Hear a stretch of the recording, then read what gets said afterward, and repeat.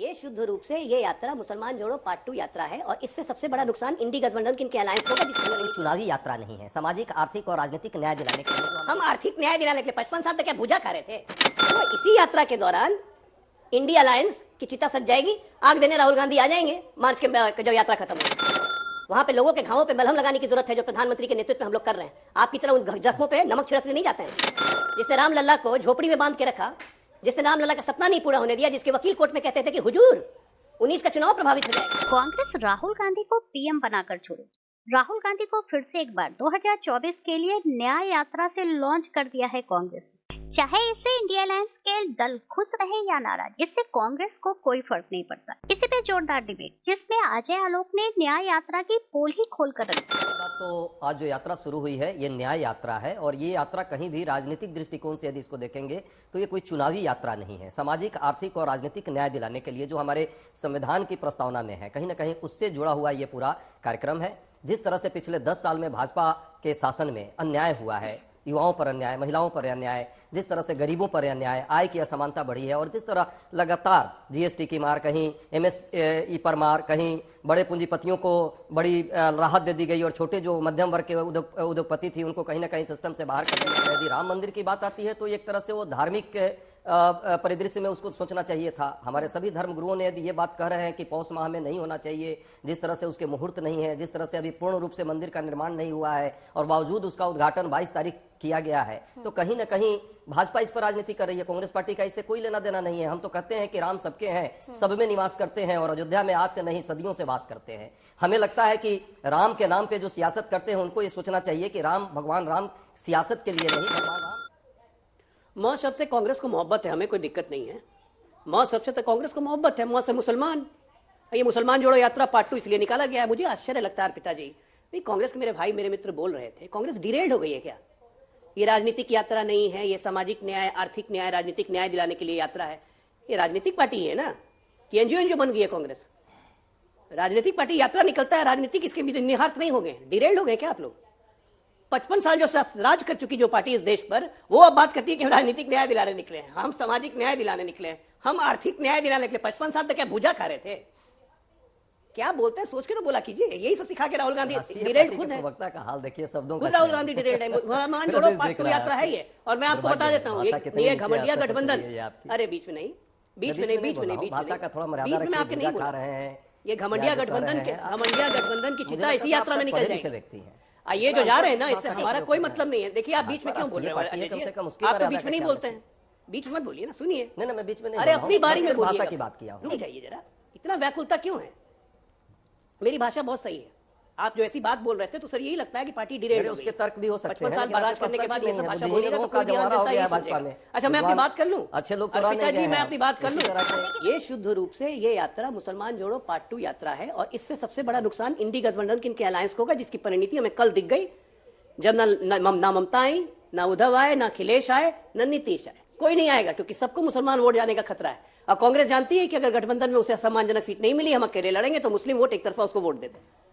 ये तो पार्ट 1 में ये प्रूवन एक्सपेरिमेंट हो चुका ना तेलंगाना कर्नाटक में, जहां दो रीजनल पार्टीज को इन्होंने निपटाया, चाहे वो बीआरएस हो चाहे जेडीएस हो। अब उसी तरह सपा को और इनको क्या नाम है, ममता दीदी को निपटाने की तैयारी हो रही है। तो इसी यात्रा के दौरान इंडिया अलायंस की चिता सज जाएगी, आग देने राहुल गांधी आ जाएंगे मार्च के जब यात्रा खत्म होगी। हमें क्या मतलब है, निकालते रहिए, फिर लोग देखेंगे, देश देखेगा कि जॉर्ज पुनैया जैसे लोग फिर आएंगे चलते हुए और ये लोग भारत जोड़ेंगे। अरे ये तो और कुछ नहीं है, ये अन्याय यात्रा, मुसलमान जोड़ो यात्रा पार्ट 2। आप लोग करिए यात्रा, लेकिन थोड़ा डिरेल्ड होकर मत करिए, थोड़ा अच्छी बात बोलिए ना। कितनी जिम्मेदार हो गई है कांग्रेस पार्टी, आप इनके वचनों से सुन सकते हैं कि यार अब निकले हैं राजनीतिक न्याय दिलवाने, आर्थिक न्याय, सामाजिक न्याय निकलवाने। इनके दादा परदादा पता नहीं क्या कर रहे थे, खाली गरीबी बचाओ, गरीबी बचाओ, गरीबी हटाओ, गरीबी हटाओ। अब किसको बचाओ, किसको हटाओ? लोगों ने मन बना लिया है, कांग्रेस हटाओ।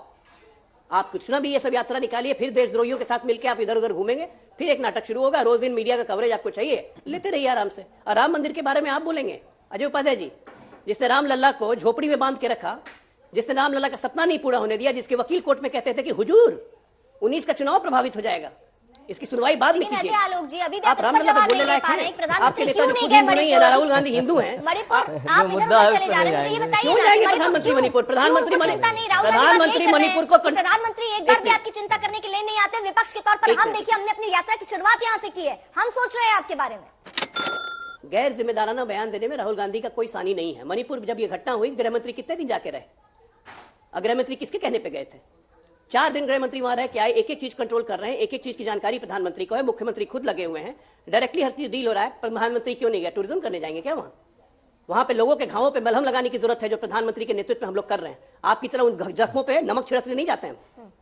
दो समुदाय को लड़ा के उस पर राजनीतिक रोटी आप सेक रहे हैं, ड्रग बिजनेस फैलाते थे आप, आपके नेता पकड़े जा रहे हैं। अजय जी थेथोलॉजी जितना कर लें, अब मणिपुर नहीं जाते, मणिपुर नहीं जाते। अरे अपने आईना देखिए आप, कौन कहां क्या कर रहा है। मणिपुर के मुख्यमंत्री को भी आप सुन रही थी। मणिपुर के मुख्यमंत्री एक जिम्मेदार मुख्यमंत्री, उन्होंने क्या कहा? राहुल गांधी पिछली बार आया था, मणिपुर को तोड़ के गया, भड़का के गया। इस बार भी आया है वही करने के लिए।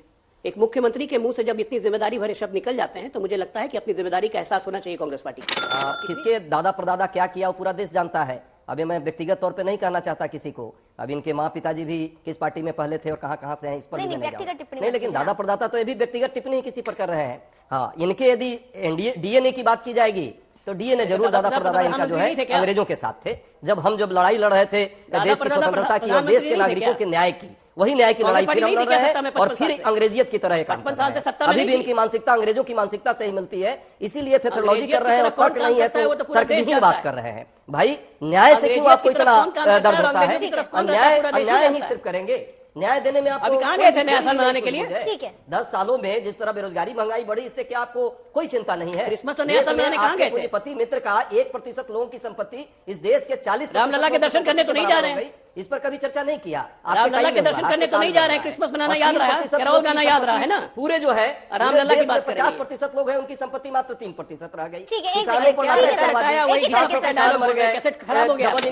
है कि ये जो न्याय यात्रा चला रहे हैं, देखिए किसी भी डेमोक्रेसी में, किसी भी लोकतंत्र में लोगों से जुड़ना एक अच्छी चीज होती है और हमने इस तरीके की यात्राओं का स्वागत किया है।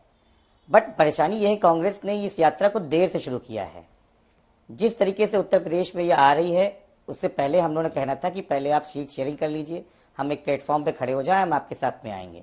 लेकिन अभी तक वो चीजें नहीं हुई है, तो एक कांग्रेस की एक पॉलिटिकल यात्रा और ज्यादा कुछ नहीं है। पॉलिटिकल यात्रा इन 20 लोकसभा जो 20 जिलों से जो बिल्कुल पॉलिटिकल यात्रा है।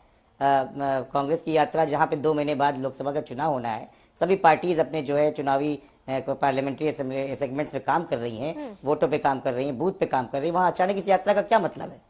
तो ये पॉलिटिकल राजनीतिक यात्रा, इससे ज्यादा कुछ नहीं है। चाहे लाख या बात करेगी, न्याय यात्रा है। समाजवादी पार्टी भी कह रही है कि पॉलिटिकल यात्रा नहीं है ये। हमारे साथी हैं, इनको भी जवाब नहीं, साथी हैं, उनको पता ही नहीं है कि यात्रा कहां से अकिता जी मेरी बात पूरी होने दीजिए, उसके बाद जवाब।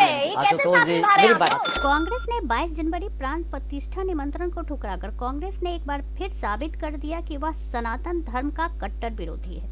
वो हिंदुओं को अपमानित करने और मुस्लिम तुष्टीकरण के लिए किसी भी हद तक जाने के लिए तैयार है। भारत के संविधान सभा ने भारत को धर्मनिरपेक्ष घोषित नहीं किया था। यहाँ तक कि संविधान की मूल प्रति में भगवान राम और बाकी देवी देवताओं की तस्वीरों को जगह दी गई है। लेकिन जवाहरलाल नेहरू ने अघोषित रूप से भारत को धर्मनिरपेक्ष राज्य बना दिया। उन्होंने सोमनाथ मंदिर समारोह का भी बहिष्कार किया था। कुल मिलाकर कांग्रेस अपने हिंदू विरोधी नीति पर चलती आई है। कांग्रेस आज भी वही कर रही है जो बरसों से करती आई। इस डिबेट को लेकर आपकी क्या राय है, हमें जरूर बताएं। वीडियो को लाइक, शेयर और सब्सक्राइब करना ना भूलें।